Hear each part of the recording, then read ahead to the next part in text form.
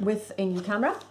So we have now basically made our fatigue rolls. There will be a hazard which we conquered. So like I said, I find that a bit weird, but you know, never mind. The following paragraphs describe the itinerary of the company when retracing the road taken by the two missing dwarves, and present a number of events set to challenge the group of players. The text assumes that the player heroes choose to go boating. Well, we didn't. We didn't go boating. So basically we walked, blah, blah, blah. Approximately 25 miles south from the lake, the river enters the eastern eaves of Mirkwood. The shadow canopy of the wood seems to silence the sounds of nature, from the buzzing insects to the chirping of birds.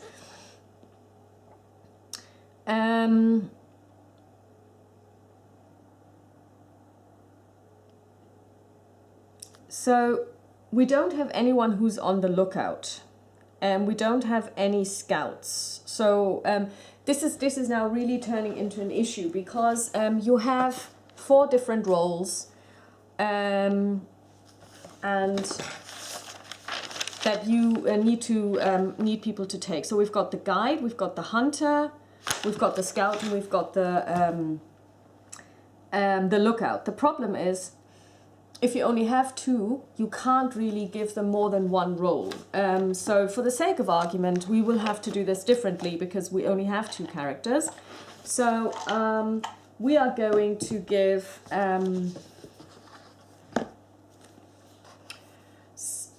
Holly the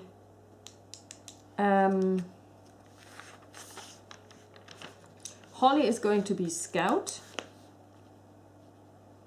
Holly is scout and hunter, and Hilda is gonna be the guide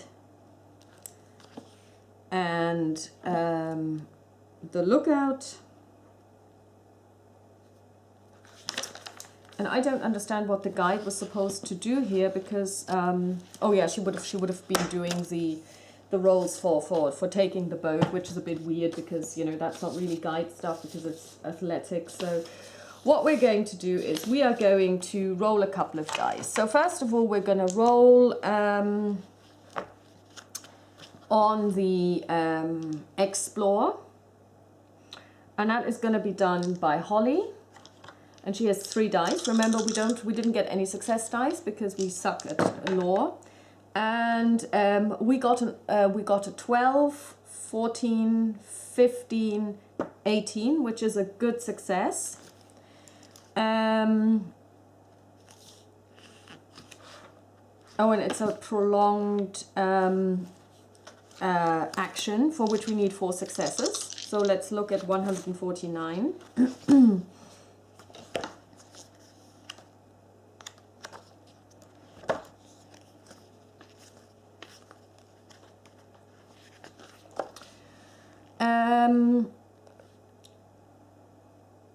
Prolonged actions are particularly suited to evoke an atmosphere of tension, but may also be employed when the acting characters want to tackle a difficult task. When a conventional action is turned into a prolonged action, the TN is lowered and the number of rolls required to complete the attempt is increased. When turning a conventional action into a prolonged one, the lawmaster should apply the following. TN reduced by 1 level. The action now requires 2 levels. So it's now 4. But it's only 12, so that was number 1. Second one, she rolls a 16, that's a success. Third one, she rolls a 23. And the fourth one, she rolls a 12. So she's going to use her favored skill, so she's going to add her skill attribute for 6, that's 18.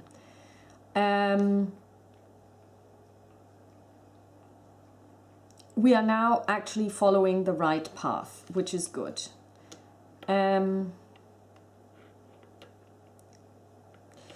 The lookouts are going to do awareness rolls.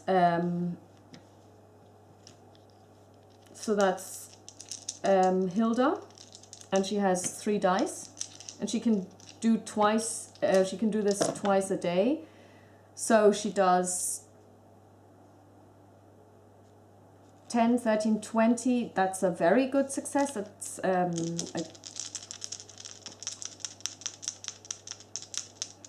That's a great success. And she rolls 15. And she gets to do one every day. So she gets to take 8 of these. So she gets to take 16 rolls. That's a pass as well. That's terrible. I mean, 16 rolls, it's ridiculous. Yeah, and then she also gets the extraordinary success, which she needs to know that she gets actually, that they're being followed, and they're being followed by wood elves.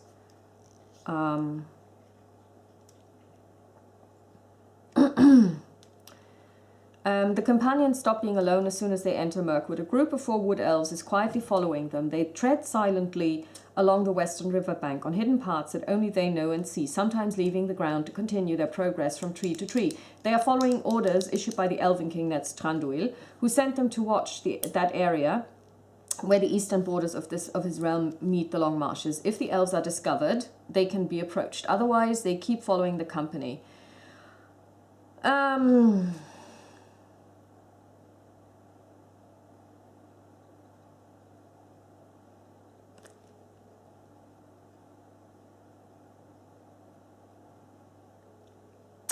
We will enter into a discussion. So we've got Valor is what he's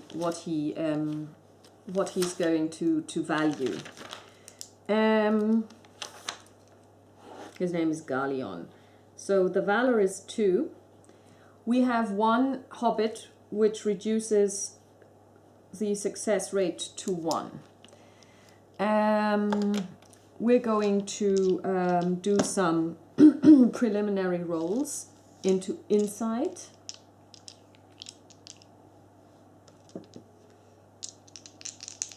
So Hilda gets no insight success dice, and 7, 8, 9, 14. Holly gets 1 success dice.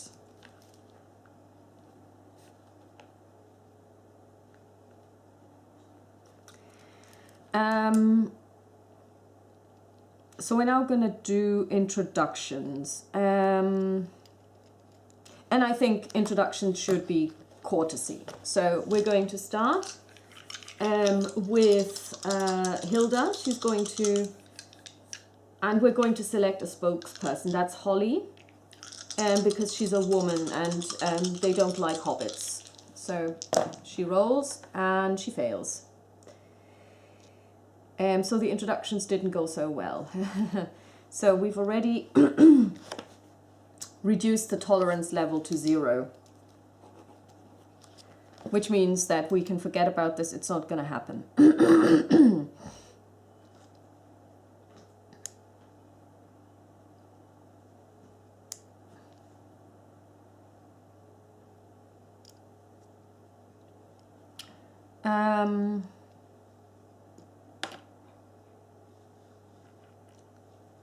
Since we failed, the wood elves leave the company for good and disappear into the forest without offering their help. Okay, that didn't go so well. Next up, we find Balin's camp because we did a really good explore. The company will discover where Balin made his last camp if they are led there by Galleon. Well, that didn't work, but we were following the right leads.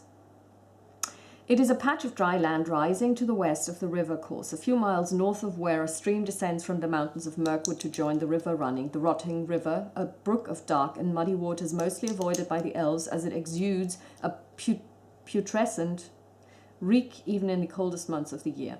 It will probably take most of the second day of travel in the marshes for them to get there just in time to have a look around before darkness falls. We're going to try a search roll. And we're going to, and Hilda is going to do this. And she 14, it's a great success.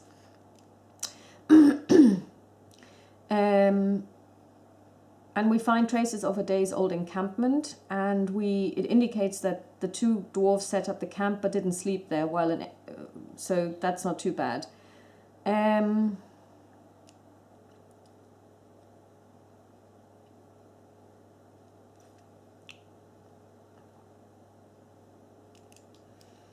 that's all there is to it.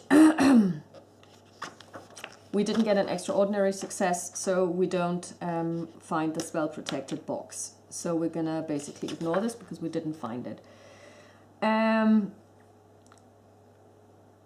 When the site of Balin's camp has been searched, it is time to consider what to do next. If the company arrived here at the end of the second day, the adventurers will most likely try to stop for the night. And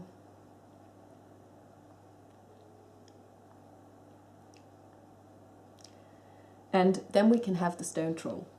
The Lawmaster may use this encounter as a nasty hazard episode, or if he feels he needs to raise the danger level of the adventure. Yes, the encounter takes place necessarily at night as the stone troll sleeps during the day. Many years ago, a large stone troll descended from his lair in the foothills of the mountains of Mirkwood to dwell in the long marshes. His wit has been dulled by years of solitude, and he has lost any ability to speak in any comprehensible fashion, but his hunger has grown accordingly. He has taken to lying in wait close to a stinking pool of stagnant water, crouching under the surface among the reeds. At night, the pool is lit up by prodigious numbers of ghostly wisps of flame, or corpse candles, which seem to attract animals or other sorts of food for the troll. These flickering lights might be noticed by the companions as they set up for the night, or by a hero keeping watch over the camp. If the stinking pool is approached, the stone troll emerges. What we will do is we will actually say, we go to sleep, we don't have a lookout, and we're going to be surprised. So there's going to be an ambush combat. And let's see what our trusty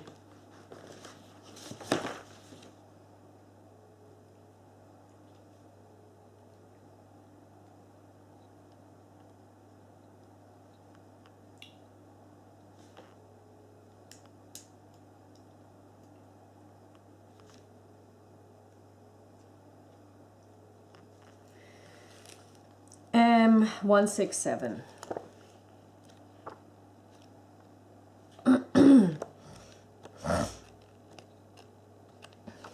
Here we are.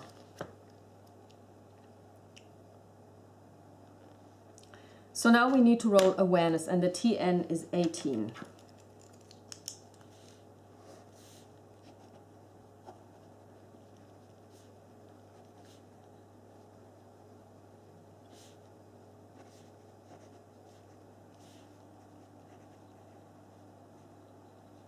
How do I know it's 18? Because they are asleep, and I've got a list here. So everyone rolls awareness.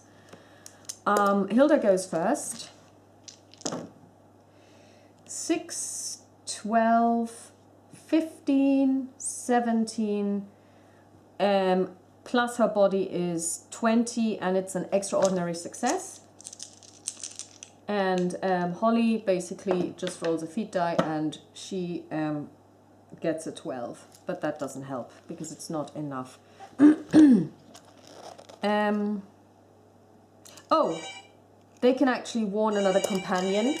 So she had an extraordinary success, which allows her to warn 2 other companions. She only has 1, so basically both of them are not ambushed, or are not surprised, I should say.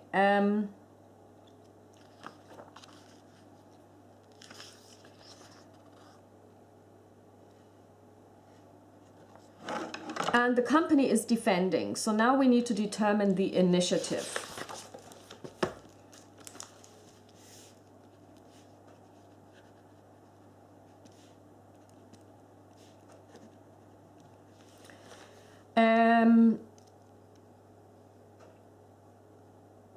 Defending companies will hold the initiative and may easily maneuver to profit from an advantageous terrain feature like a hill or a ruin if outside, or a narrow passageway or room.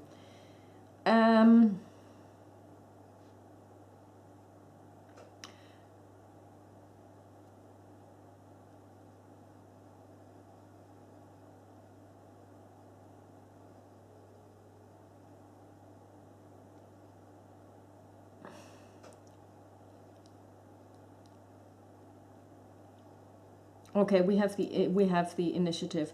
Before combat at close quarters is joined, all players may make a roll for battle to get their success dice.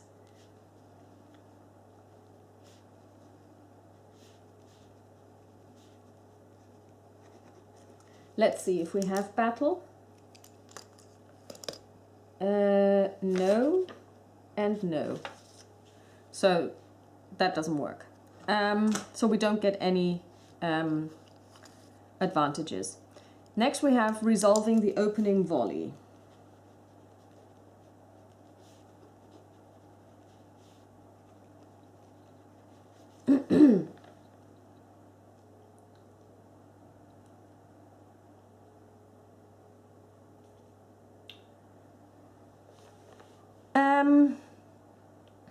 The descriptions of the different combat types given above show situations where the sides involved in the confrontation are separated by a short distance, allowing for the brief exchange of volleys using ranged weapons. The precise circumstances of the combat encounter should let the lawmaster judge how many volleys to allow. Well, I would say 1.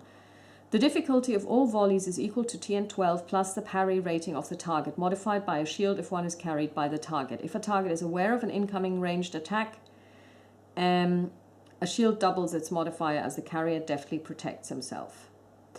Okay.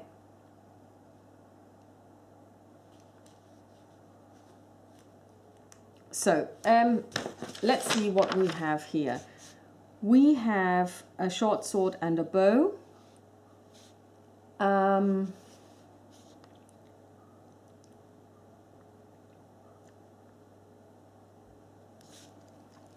And she gets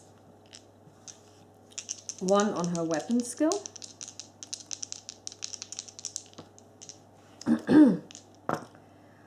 And she rolls a 9, which is not enough. So that one didn't work. And here we have a bow. And that one didn't work either. So basically the opening volleys didn't do anything. Then we have close quarters. So basically now the guy has, the troll has closed in.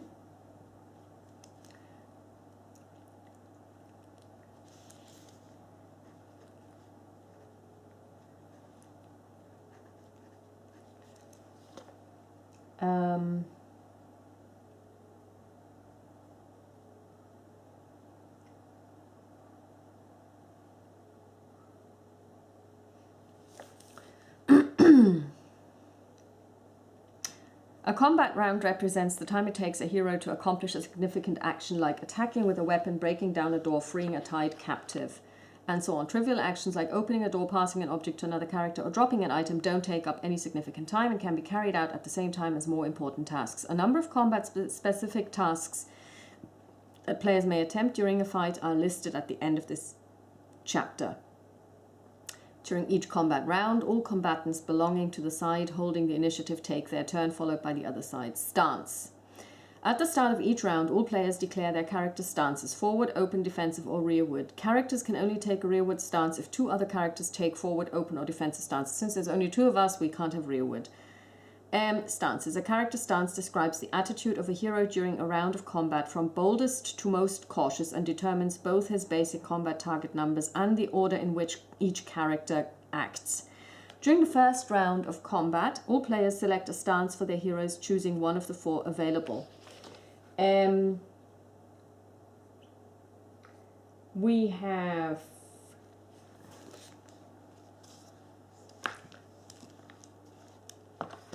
forward, which means the combat TN is 6. Order of action is 1.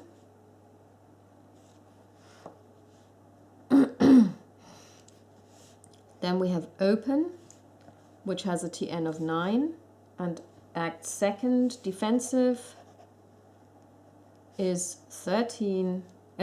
12 and 3, and then rearward is also 12 and 4 and would be ranged combat. So, not surprisingly, Holly Wayward is going to go into open with her axe. And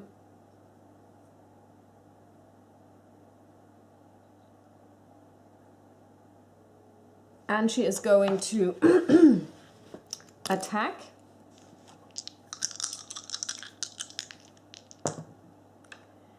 And she rolls an 8, 11, 14.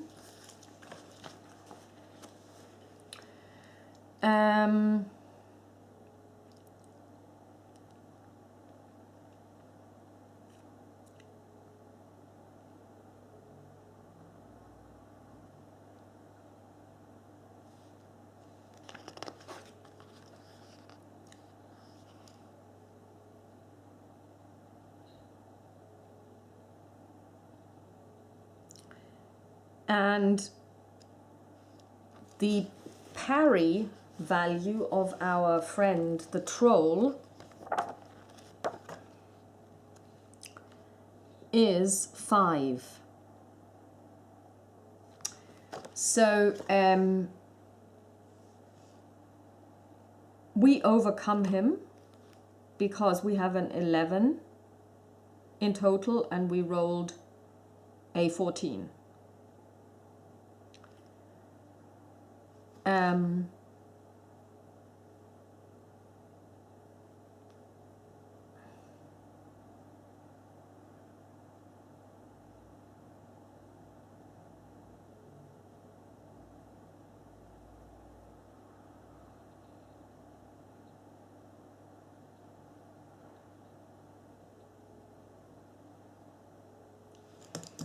So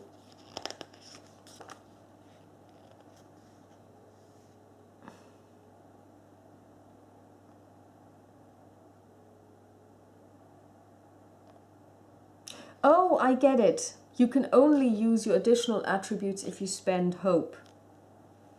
We've been doing this wrong all the time, so you need to spend hope in order to do this.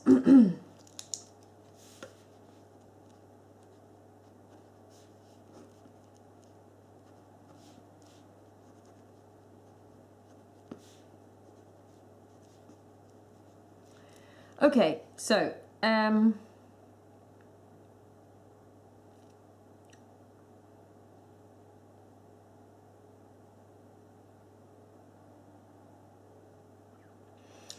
so now we're going to do endurance loss.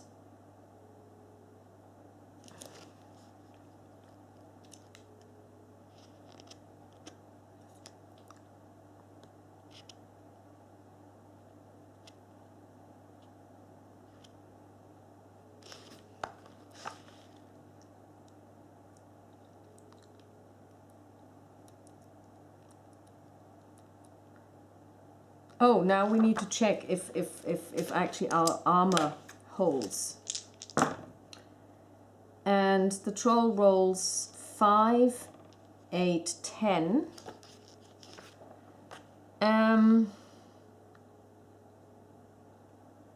Is equal to the injury rating of 14. So he didn't make that. So now he takes endurance.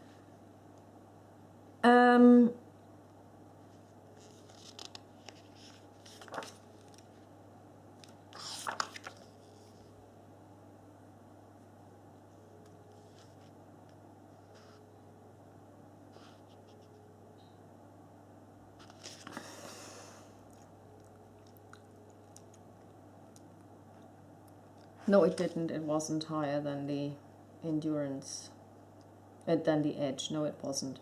Okay, so basically what we're now doing is we are going to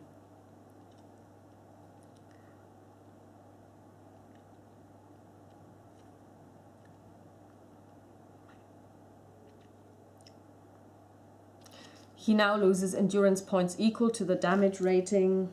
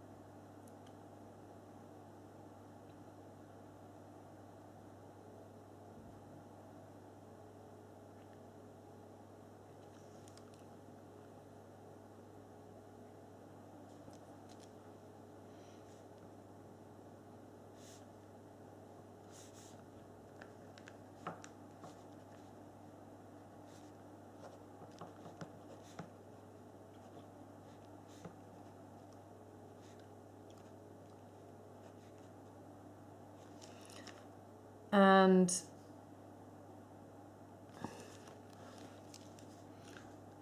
if he gets an extraordinary, it's damage rating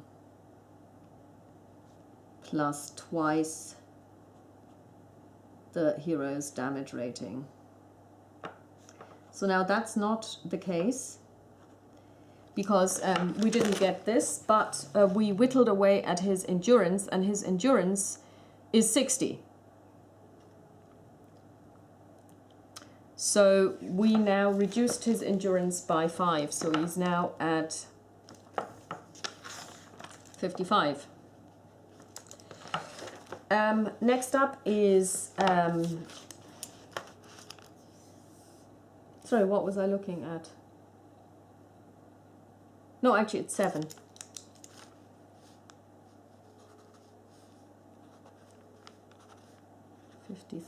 So next up is our friend Hilda. She's going to roll her short sword.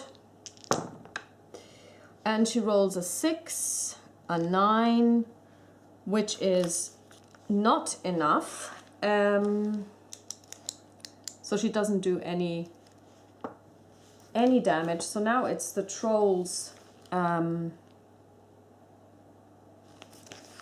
because her rating would be 14. So now it's the troll, and he's going to attack. He's got a club, and he's going to attack Holly, because she is the closest.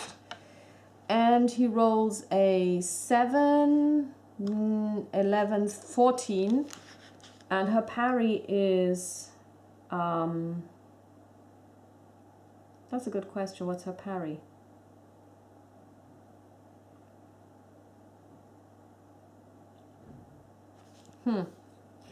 Her parry is 3, so she is hit.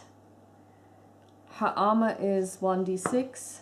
That doesn't help at all. Oh no, it's actually 11, but that's and his injury rating is, doesn't say.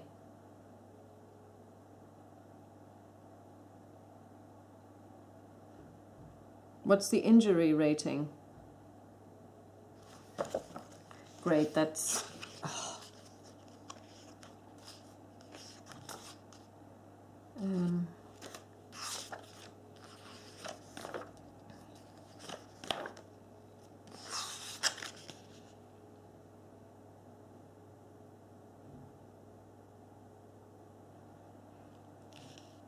Yeah, I don't know what the injury rating is. So we will just assume that it's, yeah, 12. So nothing happens. Great. So we do this again with the short. So Holly goes first. 9, 11, and he's got 6, 11. That's not enough. Yeah, so essentially she doesn't hit. Next up is my other friend. That's 8, 11 against, that's also not enough. Now he's gonna attack again. That's 8, 14, that's a hit. So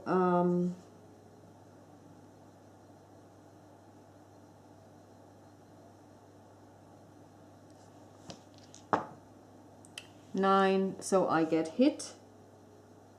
So what's the damage rating? We don't know. Oh, here we are. Damage is 6. So her endurance goes down to 19. So this is kind of like an idea of how combat works, and we're going to continue later. So here we are back. The troll is going to attack with his club, and he rolls 17.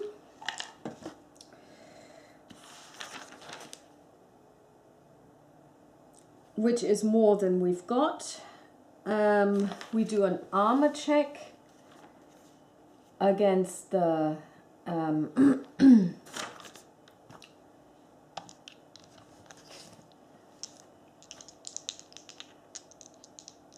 injury, and we pass. So that's good, so nothing happens. So next up, and I assume that the armory check is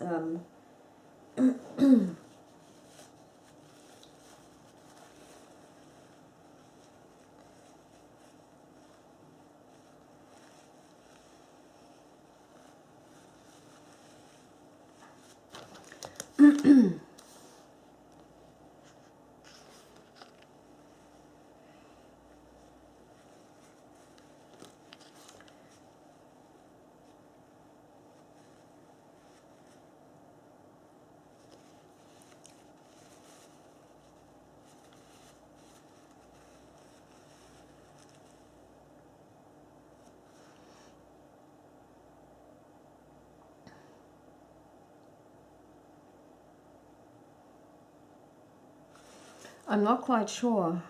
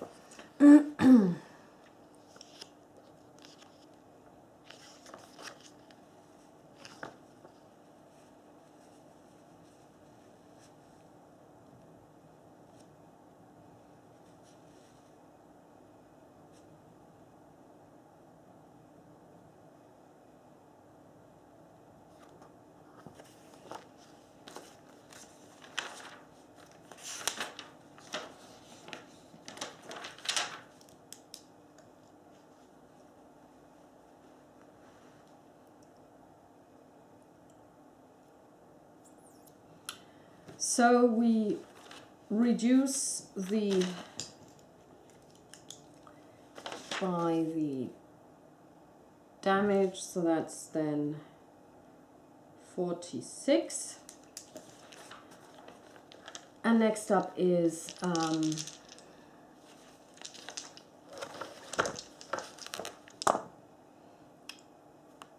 10, 11. We're going to spend 1 point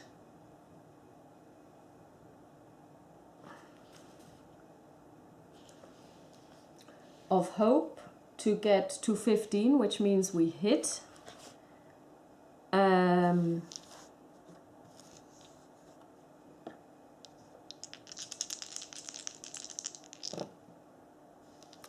12, and what's the edge? Okay, that didn't work, so that didn't work. So now it's the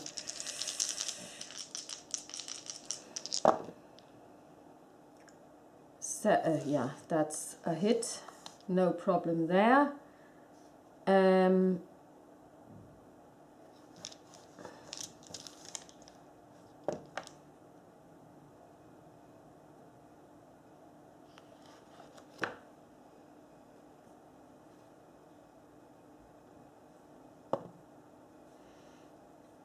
The injury rating is 14.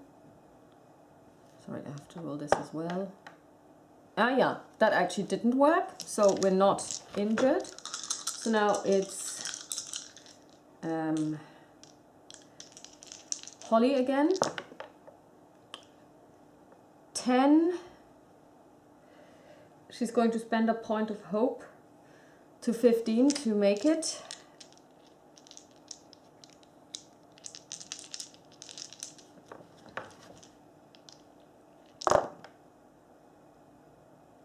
Yeah, but he soaks it up. That's a fail. He's gonna attack. That's a hit.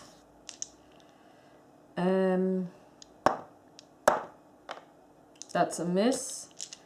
So he does 6 points of damage. So now her endurance is 13. I really have to look up this injury rating. Sorry, just give me oh crap.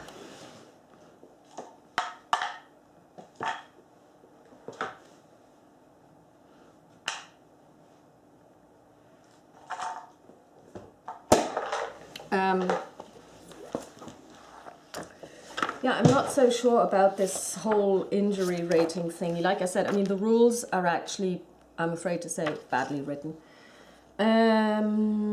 Injury rating 126.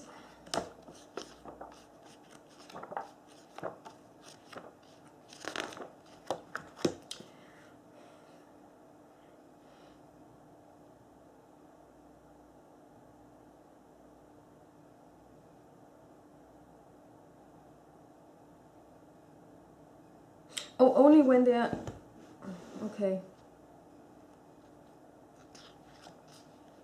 So maybe this only happens if they have a piercing blow. So, in which case, we would have been a lot more successful, a lot more easily, because this only works in a piercing blow.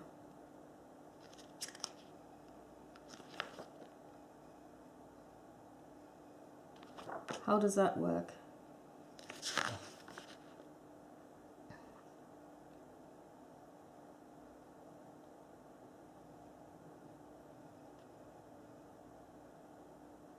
Okay, so this is just... Okay, this is only if you have... Oh, okay, that's interesting. Again, really badly explained. So we would actually have to start over, and we're going to, because I really want to do this one more time. So we're going to start with the axes. And we roll 16, 18 actually, which is more than enough. We have we add the attacker's damage rating because we have a critical we have a great success. So basically That is, it's at 60 to begin with, minus 12. So we're now at 48. Next up is Hilda. And she rolls an 11, which is not enough. Because she would require a 14. She is going to spend a point of hope to add her body. So she's now at 15, which means she does do damage, and the damage she does is equal to her is equal to 5. So we're now at 43. Now it is the troll. The troll rolls, and that's 7, 10, 15. That's a hit. So we take 25 minus his.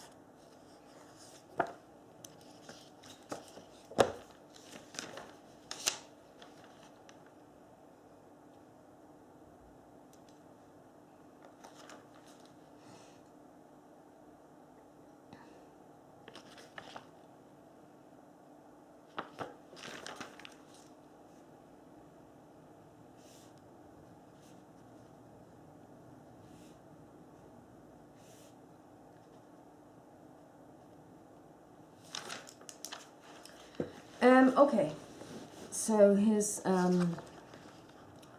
damage is 6, so we're now at 19, and we go again.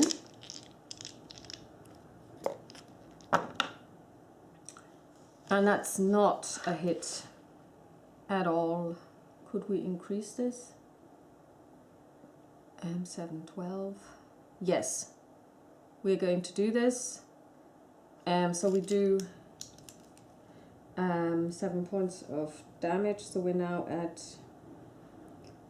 36. Our hobbit, oh yes, 12, 18 plus a good success, so she does 4 plus 5 is 9 points of damage, so now we're at 27. Now the troll goes, and that's an easy success, and he does 6 points of damage, so now we're at 13. We go again. 10 plus our body. Yeah, we're going to spend a point of hope, so we do 6 points of damage. No, 7 actually, at 20. Our hobbit.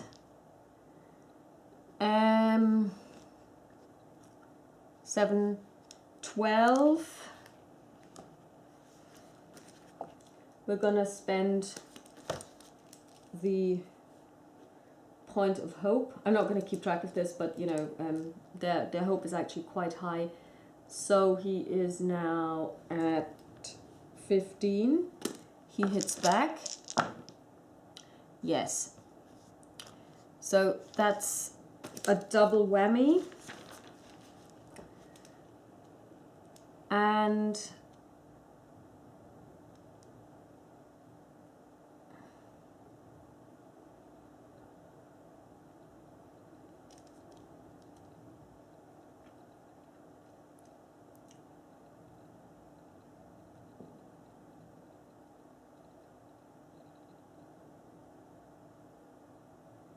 he does 12 points of damage. I just rule this. So we're now down to 1.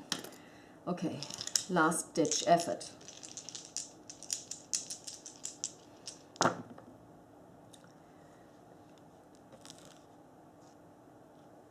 Um, 13, that's enough. We do 7 points of damage. Our hobbit. 11, 16, that's also enough, does 5 points of damage. And now the troll goes one more time.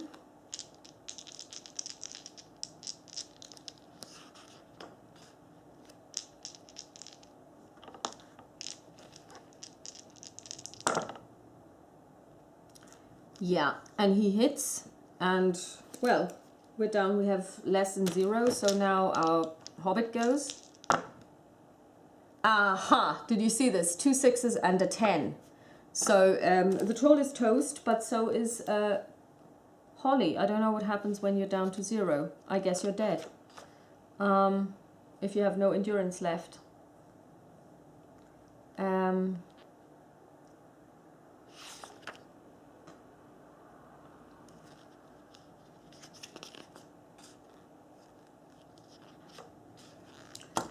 Let's see what happens if your endurance is 0.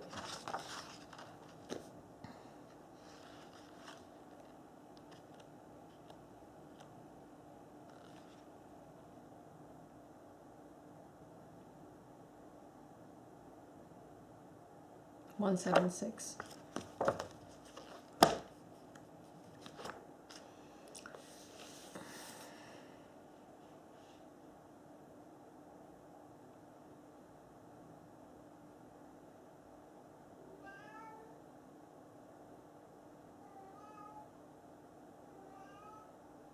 It doesn't say what happens when a target has 0 endurance. I mean, really, seriously, this is what you should write down. 25.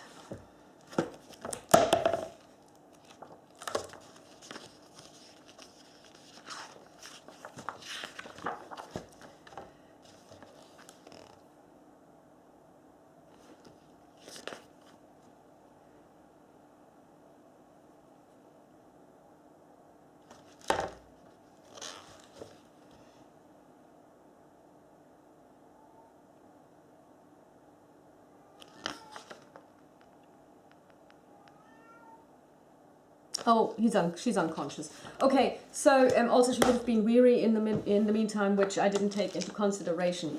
So I guess this was an overview over how the One Ring works to a certain degree from a mechanical point of view. Of course, you know, playing on your own, you can't really replicate the what it's like to play a role-playing game. I would say this, it's got a couple of really interesting concepts, but I also feel, you know, when you saw this, for each day of the journey, they should have been able to take 2 awareness rolls. For 8 days, that would be 16 rolls. I find that really excessive. I mean, to roll the same dice 16 times, that's, I don't know, I have no idea which group would actually enjoy doing this, because that's really like, okay, and once, and twice, and 3 times, and count, and do this, and do that. I'm not sure if I actually enjoy this, or if I would play this with my group this way, because, you know, you're sitting there and you're going, okay, now XYZ is the scout. He will do 16 rolls. Now, everybody else, talk amongst yourselves or get a drink. Because you're not telling 8 days of storytelling, you know, that would be totally excessive, because you would be spending probably days just journeying. And while this may be a nice idea, I don't think you can actually play this with a group without people getting really, really annoyed, because that is, in my opinion, excessive. What I like is the idea of setting difficulties for encounters when you meet someone. I think this is quite well done, although I would have wanted, you know, more rules, but I guess you can make them up as you go along. The combat system, once you don't make the mistake that I made, and you have to check the edge to see is it a piercing blow, and only then does the armor come in. But that, I think, has that's just something getting used to. The game really shines when it comes to the descriptive elements of Middle-earth. I'm not sure how this actually then works when you're playing the game, because otherwise you could end up with a person narrating the landscape and the game actually not happening, because people are just listening to somebody saying, oh, you're now in this really interesting foggy downs area and you can see shadows over there, blah blah blah. I'm not sure how this works as a game. I've only ever seen one round play a game, and they glossed over many things. They didn't really do the journeying. They just, you know, said, well, you know, we will just move on. Because I think this whole idea of journeying and then doing those roles, also, of course, the game doesn't scale. It's very important to note that the game does not scale, because if you only have 2 people playing, you don't have enough people to satisfy all the roles, because it says each player can only have 1 role, which would then mean that certain roles are unoccupied, as it were, and certain roles, double L, will not be made, and that can lead to serious issues. So I would say the game does not scale, although they say somewhere that you need at least 2 players, and that's actually enough, 1 game master and 1 player. That's wrong. You cannot play this with 1 character only. I think 4 is the sweet spot if you want to cover all your bases. I think I would love to play this and use one of the pre-made encounters, pre-made adventures. Building your own is probably a little bit difficult. I mean, and the excellent source books notwithstanding, because how do you actually come up with your own adventures? You will need monsters. They provide you with monsters, but then again, Tolkien isn't really about fighting monsters. I think it would be interesting, but the one thing that they are trying to do to set themselves apart from other games is the whole journeying thing.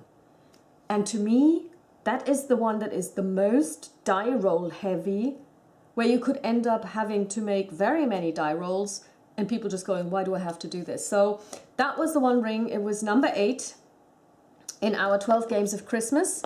If I proceed with this game in any shape or form, I will update you on my channel. Talk to you soon. Bye.